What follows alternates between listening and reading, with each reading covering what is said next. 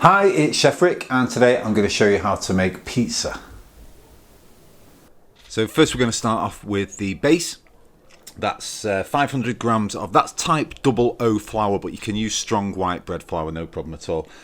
10 grams of salt and one of those packets of yeast. Those packets of yeast are universal, they're 7 grams, doesn't matter where you get them from. So yeah, packet of yeast there. 320 ml of warm water and about 40 mils of olive oil. Use any olive oil here, but you know, I always like extra virgin olive oil in these things. Mix this around first of all. Don't just tip it out. You're going to knead this, and I'll show you how to knead a dough in a minute. And don't just tip it out, because at this point it's just really wet and sticky. So either use like a wooden spoon, or just stick your fingers in there. Why not? Like I say, you'll always get a good feel for things like that if you use your hands. So at first, the first thing we're going to do, like I say, is just mix it around. Make sure it's all combined. Try and avoid the salt and the yeast touching each other. I read once that that's not great. I've never really tested the theory, but I always keep the salt and the yeast separate. Which is why I'll give it that little mix first. Flour down the surface that you're going to be kneading on, and tip out your dough. And then knead it. So I think you've probably seen me doing this for quite a while here. Basically, kneading dough is just mixing it all together and, I suppose, working it. What you'll see, my technique really is I make sure, oh yeah, if it gets sticky at any stage, just put a bit more flour down. It's not a problem. And just do your flour in bits. Don't put tons and tons of it down, because as with anything, you can always add more, but you can't remove it. You don't want this to over dry. But when you knead it, I'll kind of roll it like that, like a bit of a sausage, and then fold the sausage back on top of itself. See, so I'll kind of push it. Maybe I should have slowed this down a tiny bit. But you see, I'm rolling it out like a sausage. That's it. Then I'll fold it on top of itself again and roll it all out. Again, keep adding a bit more flour. You want this to not become a dry dough at all. See, I'm punching the dough. Do that, just work it with your hands, just knead it, push it in, use your knuckles, just rub and rub and rub. This should take about 10-15 minutes. You know, they all say, oh, it's a great workout, but it really is. It's good. You feel the texture of the dough changing all the time. It just gets more and more tight, firm, while still being sticky and loose. I suppose, I'll ask you at this stage as well, please, if you like these videos, please click like down at the bottom, and also subscribe. It doesn't cost you anything, and it's just amazing for me. You'll see each of my new videos. I do 3 of these a week. So the dough's just starting to, it just feels lovely in your hands at this point. You know, it's got a bit of a shine to it. I think you'll see in a second, it still kind of sticks to the work surface, but it's not a gluey type stickiness. Right, you'll see as I put it into this bowl. Watch how it stays on the work surface. Watch it like pop. So it's sticky, but it's not a wet, loose dough. Into a bowl now to rise. Put a piece of some cling film over the top of this, or a warm tea towel.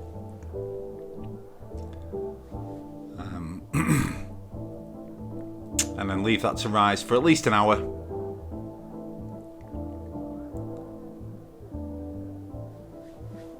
And this is obviously sped up footage, but it just shows you how much it's going to rise within that hour. It's quite interesting this. You'll watch when it touches the top of the cling film, it kind of, well, you'll see.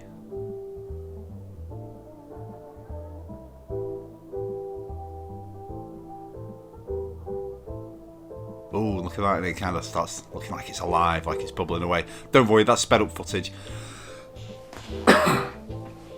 After the hour or so, take it out, put olive oil on your fingers, and just pull the dough in, up and away from the side of the bowl. Doesn't need a big full kneading again at this point. You've just knocked the air out of it. You're just pulling it and pushing it back in on itself. You need to do this for no time at all. 20 seconds, 30 seconds. It's not another full knead. Just to knock the air out of it. You're then going to cover it again and leave it for at least an hour, or basically until you're ready to use it. So I probably left this out now for a couple of hours. Now let's make the tomato sauce. A can of tomatoes into a saucepan, a whole onion chopped in half. This is Marcella Hazan's tomato sauce. They say the world's best tomato sauce. I'll then add a few bits to it later just to make it more of a pizza topping. A knob of butter, that's probably about 50 grams. Don't need to be too precise with this. And that is actually Marcella Hazan's tomato sauce right there. You won't believe it. That's all that goes into it. You then put that on the stove and leave it on a very low heat, stirring occasionally for about an hour. The butter melts all into the tomato. The onion just imparts this incredible flavour. It has an amazing texture to it because of the butter. And once that's done, you add a tiny bit of salt, maybe a little touch of black pepper as well, and use that as a pasta sauce. People, it's amazing. It really is amazing. Doesn't probably require its own separate video. That really is all the ingredients to it. And I have used that before as a pizza sauce when it's perfect as well, but just because you can, I don't know, I kind of want to tart this pizza base up a tiny bit. I have added a few extra ingredients later on, which you'll see. I've got to learn to just stop talking all the way through this, but whilst I am talking, I will say once more and for the final time, please just hit subscribe and hit like if you do like these videos. It really helps me out. Thank you.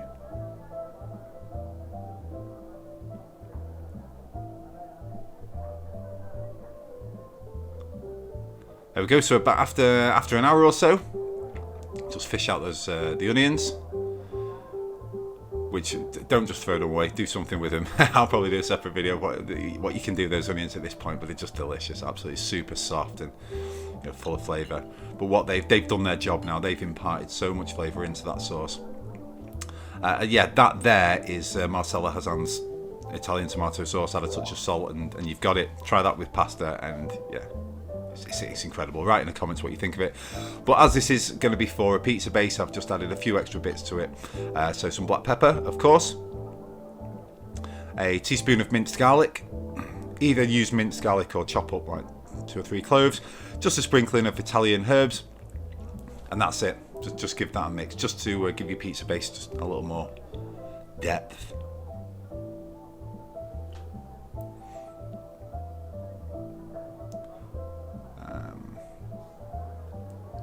Yeah, there you go.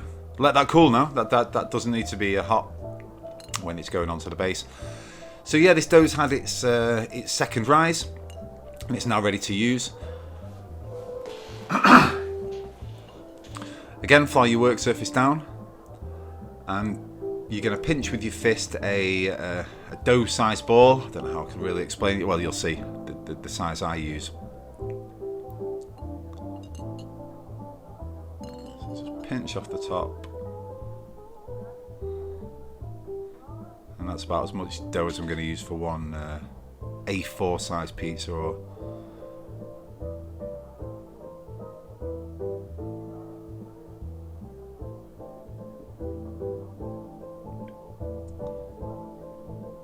So I'm making mine on a baking sheet, so this is not going to be a round pizza base. If you were making a round pizza base, you just roll the thing round. I want mine to be kind of rectangular, is that the word? Yeah. Just 'cause it's got to fit on a pizza base. The baking tray, by the way, is in the oven now. It's been in the oven for the last 5-10 minutes. The oven is on full temperature, as hot as your oven can go, and the baking sheet is on the top shelf. So your baking sheet is hot, red hot. If you've got a pizza, there you go. There it is, red hot. That. So carefully put your base on top. Don't handle it too much, obviously, because it is so hot, and put just a few little nicks in it with a knife. Put it back into the oven now for 30 seconds, maximum 30 seconds. So obviously, we all do. I forget about these things all the time, and I come back to it after a minute, and it fluffs up massively, like a naan bread. It just puffs up so big. So just get it out after about 30 seconds. That's 30 seconds in there. It's already firm. And now add the sauce. The closer to the edge, or the more of an edge that you leave, is the crust. So if you want to have a nice thick crust there that you can dip into something afterwards, leave a bit more. I think I pushed this one fairly close to the edge.